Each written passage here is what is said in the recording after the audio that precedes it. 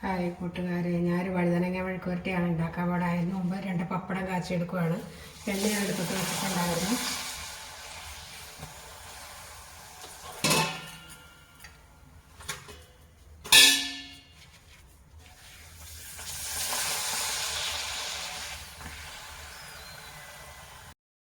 പപ്പടം കാച്ചി കഴിഞ്ഞാൽ ബാക്കി എണ്ണയിലേക്ക് മെഴുക്കുവരട്ടിക്ക് വേണ്ട 2 വെളുത്തുള്ളി,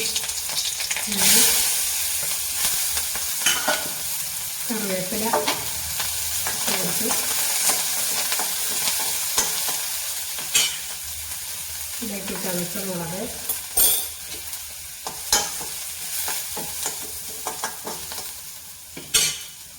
മഞ്ഞൾപ്പൊടി,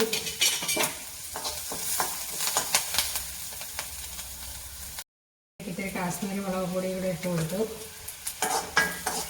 ഇതിലേക്ക് മുറിച്ച് വെച്ച വഴുതനങ്ങ കൂടെ ഇട്ട് കൊടുക്കുകയാണ്.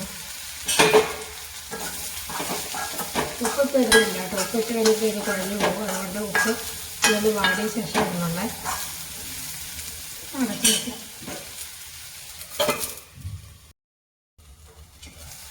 ചെറിയത് വാടിയിട്ടുണ്ട്. നമുക്ക് ഉപ്പിട്ട് കൊടുക്കാം.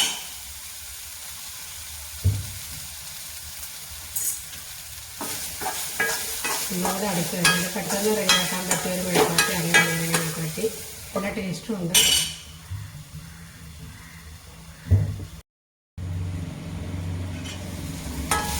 എളുപ്പത്തിൽ തയ്യാറാക്കാൻ പറ്റുന്ന നല്ല സൂപ്പർ വഴുതനങ്ങ മെഴുക്കുവരട്ടി ഇവിടെ റെഡിയായിട്ടുണ്ട്.